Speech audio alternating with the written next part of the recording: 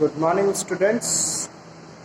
जैसा कि अपना चैप्टर चल रहा है, चैप्टर नंबर सेकंड चल रहा है, तो हम आज आगे के कॉन्सेप्ट स्टार्ट करते हैं। तो चलिए देखते हैं सबसे पहले हमारे पास क्या आता है। तो सबसे पहले अगर हम बात करते हैं तो आज का हमारा टॉपिक है क्या एजियोट्रोपिक मिक्सचर और कॉन्स्टेंट बॉइलिंग मिक्सचर। ठीक है, ये हमारा आज का टॉपिक है। फिर से रिपीट कर देता हूँ, what is today's topic. Today's topic is azeotropic mixture और constant boiling mixture.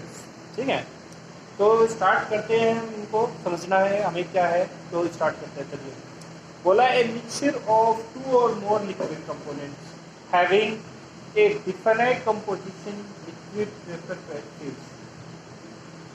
And boil like a pure liquid at a particular temperature is called constant boiling mixture of azeotropic mixture.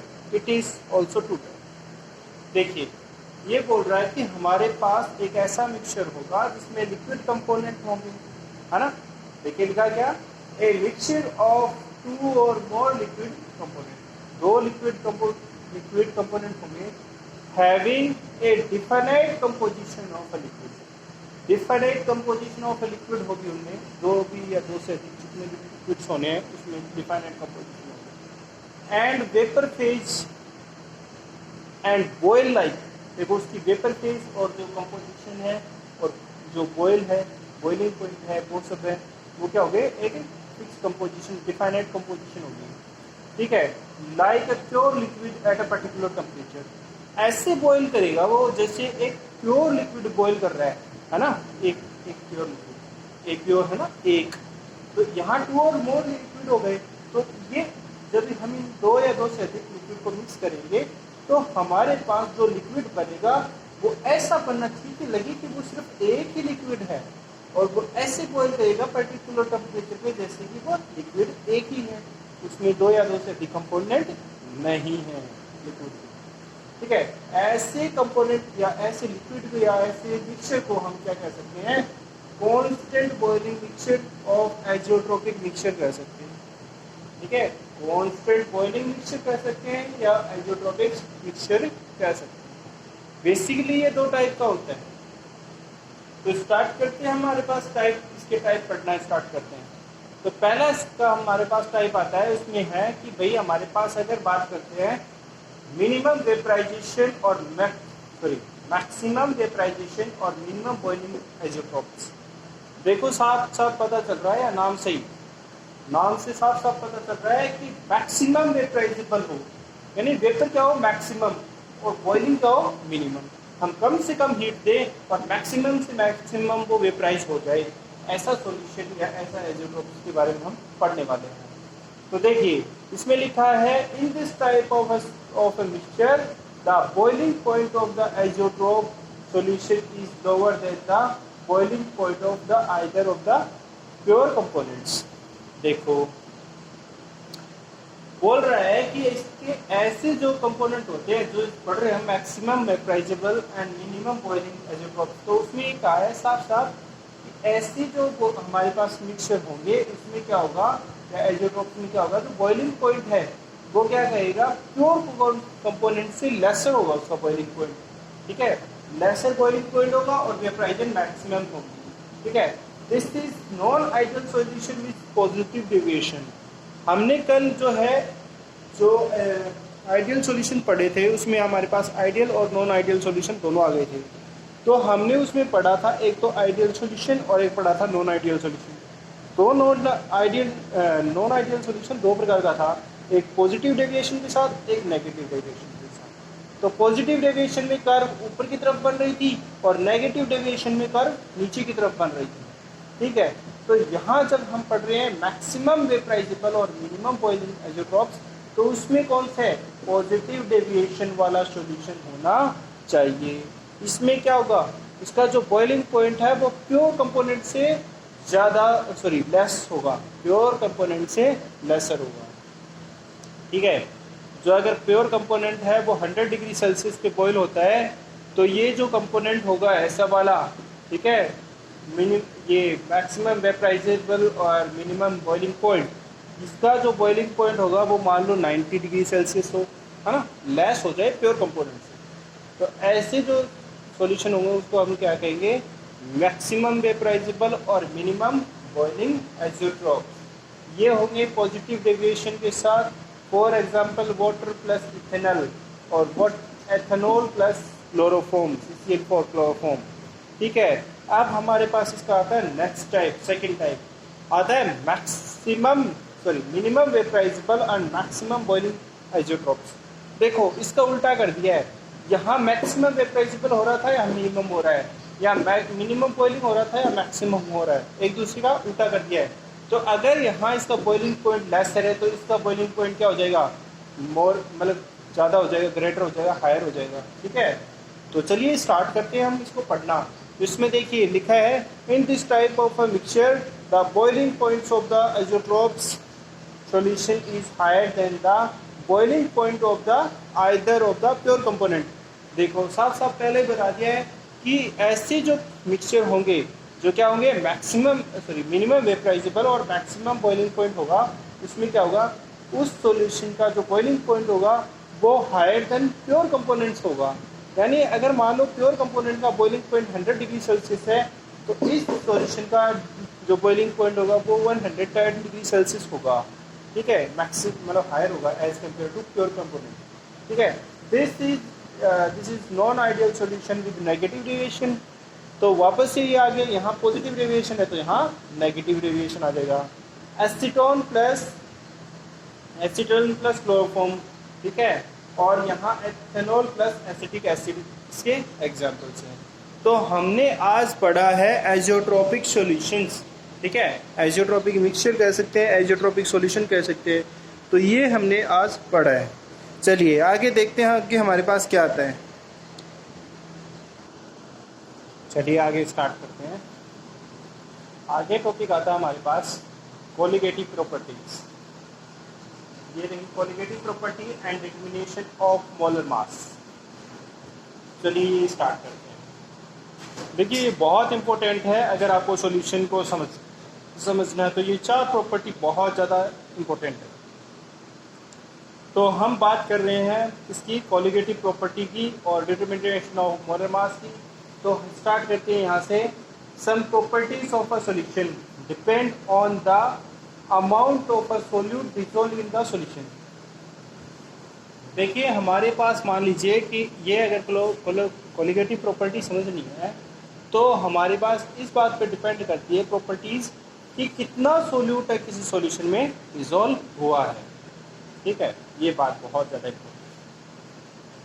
These properties are not related to their nature of a solute and its composition. ये matter नहीं करता है कि nature कैसा है solute का और उसकी कंपोजिशन कैसी है, ये नहीं डिपेंड करता। सिर्फ डिपेंड करता है तो इस बात का कि भाई हमारे पास जो है उसकी अमाउंट कितनी डिसॉल्व हुई है इसमें सॉल्यूशन में, इस बात पर डिपेंड करता है। This property of the solution is called colligative property. These are as follows। मतलब ये 4 तरह की होती हैं। तो सबसे पहली प्रॉपर्टी आपके सामने मैंने लिखी। तो आपको पता चला कि कोलिगेटिव प्रॉपर्टी अगर आपको डिफाइन करना हो तो आपको सिर्फ इतना लिखना है कि this property depends on the amount of dissolve in amount of a solute dissolve in the solution. ठीक है, इस बात से कोई फर्क नहीं पड़ता कि उसका नेचर कैसा है, उसकी कंपोजिशन कैसी है। ठीक है, तो वो क्या कहलाएगी, कोलिगेटिव प्रॉपर्टी कहलाएगी। अब हम बात करते हैं सबसे पहली कोलिगेटिव प्रॉपर्टी की। तो सबसे पहली कोलिगेटिव प्रॉपर्टी है relative lowering in vapour pressure. हमने पढ़ा था पीछे relative lowering in vapour pressure. ठीक है, उसी को आगे कंटिन्यू कर रहे हैं और उसी को समझते हैं कि क्या है इसमें कॉन्सेप्ट। तो ये बोल रहा है कि the relative lowering in vapour pressure of a solution of non volatile solid solute is equal to the mole fraction of a solute. ठीक है, देखो फिर से समझ लो, अच्छे से समझ लो क्या है। The relative lowering in vapour pressure of a solution of non-volatile solid solute is equal to the mole fraction of the solute, यानी कि जो वेपर प्रेशर होगा इसका नॉन वोलेटाइल सॉलिड सोल्यूट का, ये रहा हमारे पास, ठीक है, वो किसके इक्वल होगा, मोल फ्रैक्शन ऑफ ए सोल्यूट के इक्वल होगा। तो हमारे पास यहाँ हम क्या लिख रहे हैं, ये हमारे पास रही कंडीशन। हमने लिखा था X B equals to P note A minus P over में पी नोट ए, ये हमने पीछे पढ़ा था रिलेटिव लोअरिंग वेपर प्रेशर, और हमने लोअरिंग वेपर प्रेशर अगर फाइंड करना है तो एक्स बी इक्वल्स टू हम क्या लिख देंगे, P note A minus P A, ठीक है, ये हमारे पास हो जाएगा। तो हमारे पास यहाँ से इसने बोला कि मोल फ्रैक्शन के इक्वल होता है, तो मोल फ्रैक्शन का फॉर्मूला इसने ये लिख दिया है, ठीक है। मोल फ्रैक्शन क्या होता है, एन बी यानी number of mole of solute over में number of moles of solvent plus number of moles of solvent या सोल्यूशन। तो यहाँ इसने ये फॉर्मूला लिख दिया है। अब इसी फॉर्मूले को इसने क्या कर दिया, आगे एक्सटेंड कर दिया, W P over M B whole, मतलब इसके ओवर टोटल ओवर में क्या है, W A over M A plus W B over M B हमारे पास किया। अब ये सब की बातें बता देता है कि डब्ल्यू ए क्या है, एन बी क्या है, ये सब क्या है। तो where N B is the number of moles of solute,